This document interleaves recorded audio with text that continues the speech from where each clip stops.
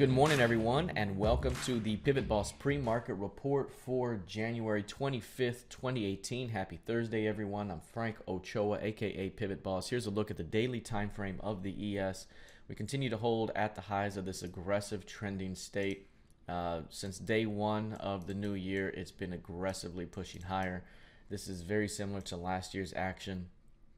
And overall, we have had only minor intraday rotations. This was a one-day rotation intraday.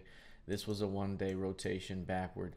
And since then, prices have continued higher. Yesterday looked pretty significant in terms of a reversal from those highs. But the first thing I mentioned to our traders in the group is if price starts to push meaningfully through the midpoint, it's over. It's done. This just continues to be an overall uptrending market. There's an LVN right here to watch. That's 2820.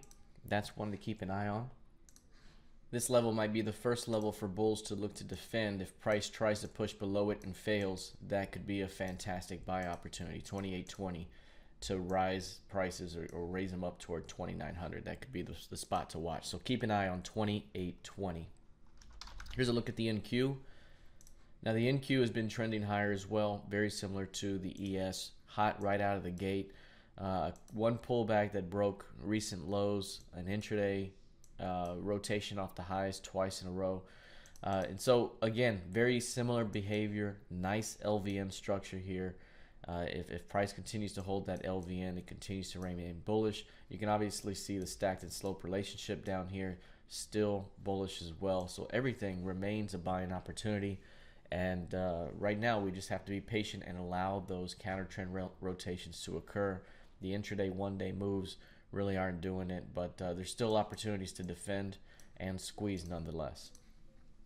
We take a look at crude oil. Now, crude oil has had a significant swing higher. This one moved right off of our 63s.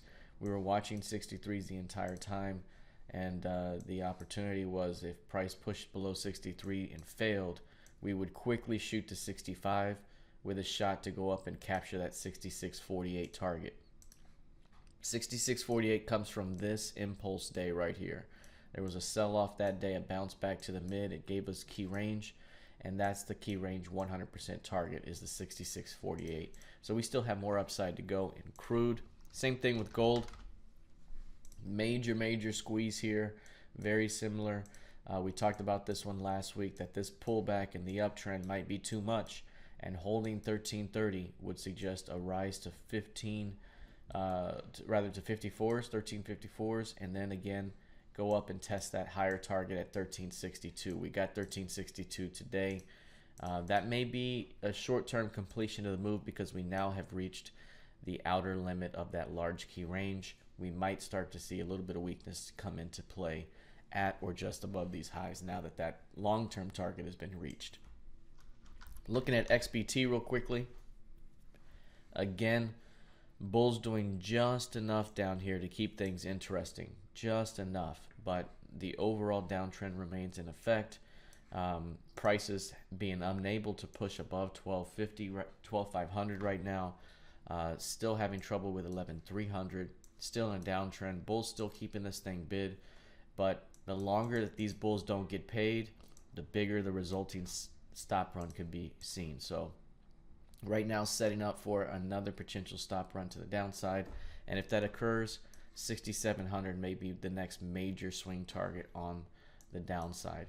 Again, remember, above 1,200 or 12,000, above 12,500 starts to rotate this thing back towards 16,000. All right, that's it for now. Let's see how this plays out heading into the rest of the session. Good luck and trade well.